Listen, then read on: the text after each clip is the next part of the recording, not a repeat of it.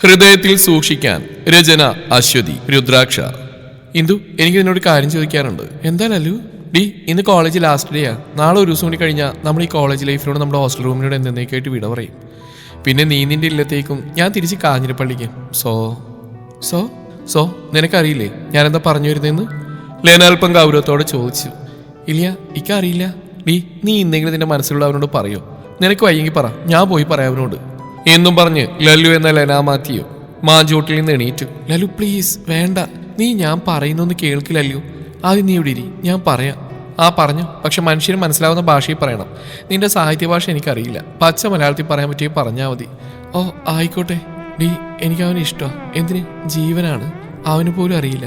അവനറിയാതെ അവൻ എനിക്ക് തരുന്ന സന്തോഷം എത്രയാന്ന്. അവൻ എനിക്ക് ആരൊക്കെ ആയിരുന്നു ഈ 3 വർഷം. ആയിരുന്നു എന്നല്ല, ആണ്. ഇനി അത് അങ്ങനെ തന്നെ ആയിരിക്കും. പക്ഷേ അതിന് പ്രണയമെന്നൊന്നും പറയാൻ പറ്റില്ല. അത് മറ്റെന്തോ ആണ്. ഇതുവരെ ആരും പേര് കണ്ടുപിടിച്ചിട്ടില്ലാത്ത ഒരു പ്രത്യേകതര ഇഷ്ടം. വെയിറ്റ്, അപ്പൊ ഈ 3 വർഷം നീ അവന് വായി നോക്കിയായിരുന്നുണ്ട് ഇന്ദു? ഛേ, ആ ഫീലം കളഞ്ഞു. ഒന്ന് പോടി. പിന്നെ ഇതിനൊക്കെ ഞാൻ എന്ത് പറയണം? എനിക്കൊരു പിടിയും കിട്ടുന്നില്ല എൻ്റെ പെണ്ണെ. ഒന്ന് ഞാൻ പറയാം, നിന്റെ ഡയറിയിലൂടെ മാഗസീനിലൊക്കെ നീ അവനെക്കുറിച്ചും പ്രണയത്തെക്കുറിച്ചും എഴുതി കൊടുത്ത കവിതകളുടെയും കുറിപ്പുകളുടെയും ഒരംശമെങ്കിലും പോട്ടെ ഒരു പ്രാവശ്യം അവനോട് ഇതിനെപ്പറ്റി ചെറിയ സൂചന കൊടുത്തിരുന്നെങ്കിൽ, ഇന്നൊന്ന് പുഞ്ചിരിച്ച് കൊടുത്തിരുന്നെങ്കിൽ ഇപ്പൊ നിന്റെ കൂടെ ഈ മാഞ്ചോട്ടിൽ എനിക്ക് പോലെ അവനുണ്ടായിരുന്നേനെ. അത്ര തന്നെ. ഇന്ദു പൊട്ടിച്ചിരിച്ചു. ദേ ഇന്ദു, എനിക്ക് ദേഷ്യം വരുന്നുണ്ട് കേട്ടോ. ഒരെണ്ണം തന്നാലുണ്ടല്ലോ. ഇന്ദു തന്റെ ചുണ്ടുകൾ പൂട്ടി ചിരി നിയന്ത്രിച്ചു. ഡി, നിന്റെ പ്രശ്നം എന്താ? അവൻ നസ്രാണി ആയതുകൊണ്ടാണോ?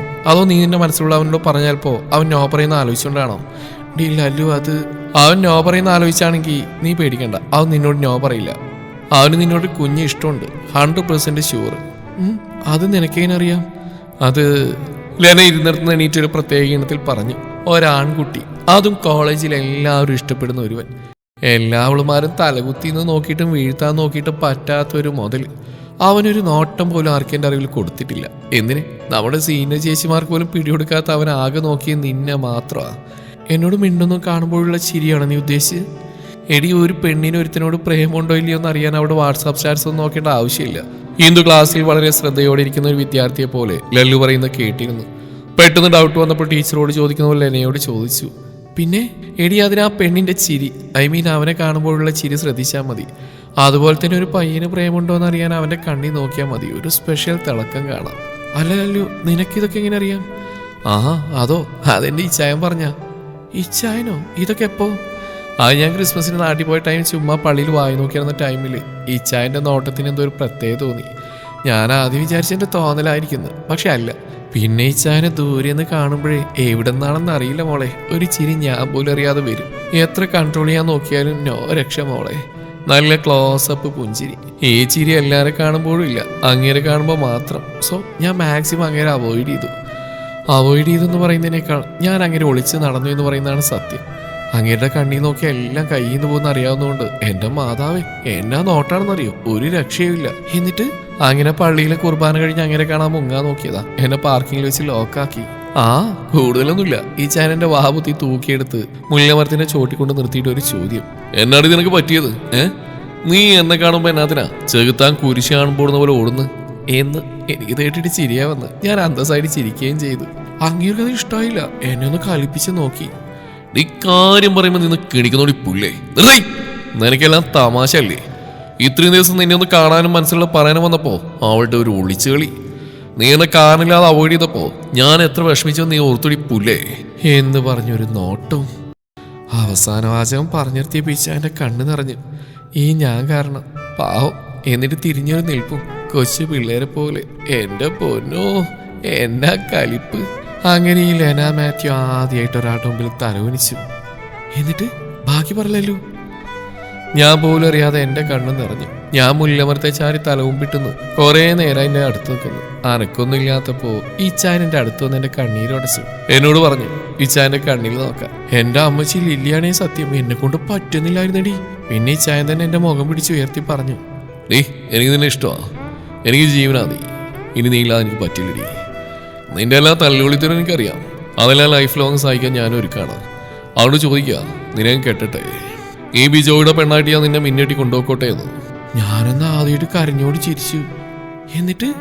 എന്നിട്ടെന്താ, ഈ ചായം ഭയങ്കര ഫാസ്റ്റ് ആയിരുന്നു. എല്ലാം വളരെ പെട്ടെന്നായിരുന്നു. ഞാൻ യെസ് പറഞ്ഞ 2ാം നാൾ മനസ്സമ്മതം. എൻ്റെ കോഴ്സ് കഴിഞ്ഞ് മിന്നേറ്റ് ശുഭം. പിന്നീട് ഇവിടെ വന്നാൽ ഞാൻ അറിഞ്ഞ് ഞാനൊഴികെ ബാക്കി എല്ലാവർക്കും അറിയായിരുന്നു ഇച്ചാൻ എന്നെ ഇഷ്ടമായിരുന്നു എന്ന കാര്യവും എൻ്റെ സമ്മതത്തേക്കാൾ മുന്നേ അതിയാൻ എൻ്റെ വീട്ടുകാരുടെ സമ്മതം വാങ്ങിയ കാര്യവും. ഇത് ചിരിക്കാതെ. ഓക്കെ നിർത്തി. ഓ അപ്പൊ അതാണ് നീ മനസ്സമ്മതത്തിനെ പറ്റി ചോദിച്ചപ്പോ മനസ്സമ്മതം പറ്റിപ്പോയി എന്ന് പറഞ്ഞല്ലേ? അങ്ങേർക്കും എൻ്റെ വീട്ടുകാർക്ക് ഞാൻ വെച്ചിട്ടുണ്ട്. അത് വിട്. നീ ഇപ്പൊ എല്ലാവരും കൂടി എന്നെ നൈസായിട്ട് തേച്ചാണ് ഇവിടുത്തെ വിഷയം. ഞാൻ പറഞ്ഞു വന്ന ഇത്രയേ ഉള്ളൂ. അവൻ്റെ ആ കണ്ണിലൊരു തിളക്കം ഞാൻ കണ്ടിട്ടുണ്ട്, ഒരു തവണയല്ല പലവട്ടം. അതുകൊണ്ട് പറയുക, നീ ജസ്റ്റ് ഒന്ന് സൂചിപ്പിച്ച് നോക്ക്.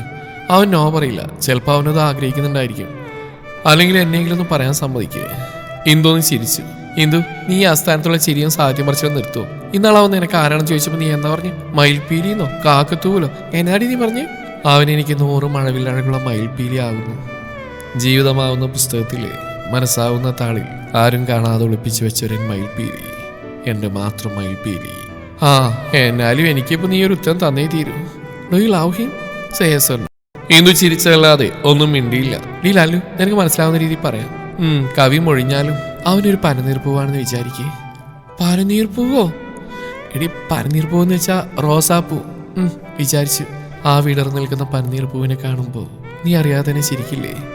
നിന്റെ മുഖത്ത് എന്തെന്നില്ലാത്തൊരു സന്തോഷം ഉണ്ടാവില്ലേ? അതാണ് എനിക്കവൻ. ഞാൻ ദൂരെ നിന്ന് മാത്രം കാണാൻ ആഗ്രഹിക്കുന്ന എൻ്റെ മാത്രം പനിനീർപ്പൂ, ഒരിക്കലും സ്വന്തമാക്കാൻ ആഗ്രഹിച്ചില്ലാത്ത എൻ്റെ മാത്രം പനിനീർപ്പൂ. ഞാൻ ഈ പറഞ്ഞ ആ പൂവിനോട് നിനക്ക് തോന്നിയ ആ ഇഷ്ടത്തിന് നിനക്കൊരു പേരിടാൻ പറ്റുമോ? ഇല്ലല്ലോ. അതാണ് എനിക്ക് അവനോട്. മനസ്സിലായോ എൻ്റെ ലല്ലുക്കുട്ടിക്ക്? ഏറെക്കുറെ. എന്നാ പോവാം, സമയത്തിരിയായി.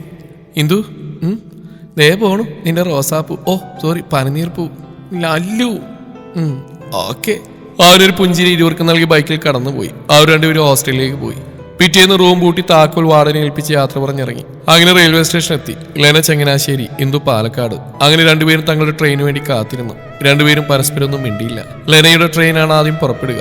കുറെ നേരത്തെ നിശബ്ദതയ്ക്ക് ശേഷം ലെനയുടെ ട്രെയിൻ 2 പ്ലാറ്റ്ഫോമിൽ വന്നു. ലലു, ട്രെയിൻ വന്നു. കണ്ടു. പോണ്ടേ?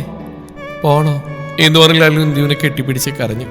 ഇന്ദു ഒരുവിധം സമാധാനമാക്കി ലലുവിനെ ട്രെയിൻ കയറ്റി വിട്ടു. എന്നിട്ട് തന്റെ ട്രെയിനായി കാത്തിരുന്നു. ലലു ട്രെയിൻ കയറുന്ന തൊട്ട് മുമ്പ് ഒരു പേപ്പർ അവൾക്ക് നൽകിയിരുന്നു. ഇന്ദു അത് തുറന്നു. പ്രിയപ്പെട്ട എൻ്റെ ഇന്ദുവിന്, ഞാൻ ഇന്നലെ ലെവിന്റെ കാര്യം അത്രയും കൺവിൻസ് ചെയ്യാൻ നോക്കിയത് വേറൊന്നും കൊണ്ടല്ല. ലെവിൻ നല്ലവനാ. എനിക്ക് എൻ്റെ ഇച്ഛാനെ കിട്ടിയ പോലെ നീ സ്നേഹിക്കുന്ന ഒരാൾ വേണമെന്ന് തോന്നി. ഞാൻ ജീവിതത്തിൽ സന്തോഷമായിട്ടിരിക്കണമെന്ന് വേറെ ആരെക്കാളും ആഗ്രഹിക്കുന്ന ഒരാൾ നീയാണ്. സോ അതുപോലെ നീയും സന്തോഷമായിട്ടിരിക്കുന്നത് മാത്രമേ ഞാനും ആഗ്രഹിച്ചിട്ടുള്ളൂ. അതുകൊണ്ടാണ് ഇന്നലെ അത്രയൊക്കെ പറഞ്ഞത്. ഞാൻ അതിനെ കേട്ടിട്ടുണ്ടെങ്കിൽ സോറി പറയുന്നത് ഞാൻ പറയുന്നത് നീ വിചാരിച്ചോ? അങ്ങനെ പറ്റിയിട്ടുണ്ടെങ്കിൽ അതിൻ്റെ കയ്യിലിരിപ്പുണ്ടാ. സഹിച്ചോ? ലവ് യു ഡി ഇന്ദു, മിസ് യു അലോട്ട്. വീട്ടിൽ ചെന്നിട്ട് വിളിക്കണേടി. നിന്നെ പോലെ ഒരു സുഹൃത്തിനെ എനിക്ക് തന്നതിന് ഞാൻ കർത്താവിനോട് നന്ദി പറയുന്നു. അങ്ങനെ കാത്തിരിപ്പിനൊടുവിൽ ഇന്ദുവിന്റെയും ട്രെയിൻ കൂകി വിളിച്ചെത്തി. ആൾ ട്രെയിനിൽ കയറി തൊട്ട് മുന്നോടിയായി തിരിഞ്ഞ് പ്ലാറ്റ്ഫോമിലേക്ക് നോക്കി.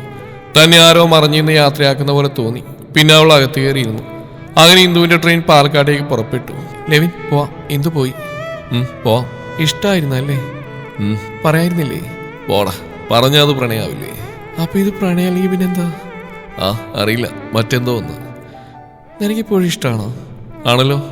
അപ്പൊ സൗഹൃദം? ഒരിക്കലുമല്ല, മറ്റെന്തോ ഒന്ന്, നിർവചിക്കാൻ പറ്റാത്ത ഒന്ന്. അപ്പൊ നഷ്ടമായപ്പോ ഒരു തരി പോലും വിഷമം തോന്നിയില്ലേ? അതിന് ഞാൻ ഇന്ദുവിനെ സ്വന്തമാക്കണമെന്നോ ഇന്ദുവിനെ സ്വന്തമാക്കണമെന്നോ ഒരിക്കൽ പോലും ആഗ്രഹിച്ചിട്ടില്ല. നിനക്കെന്താ ലെവിൻ വട്ടാണ് ഇങ്ങനെയൊക്കെ പറയാൻ? അതേടാ, നഷ്ടപ്പെടുത്താനോ നേടാനോ കഴിയാത്തൊരു ഭ്രാന്തമായൊരു ഇഷ്ടം. അതാണ് എനിക്ക് ഇന്ദുവിന് ഞാനും. ഇങ്ങനെയൊക്കെ എല്ലാവരുടെ ലൈഫിലും കാണുമല്ലേ ഒരു ഇഷ്ടം? ചിരിക്കണ്ട, കാണും, അറിയാം.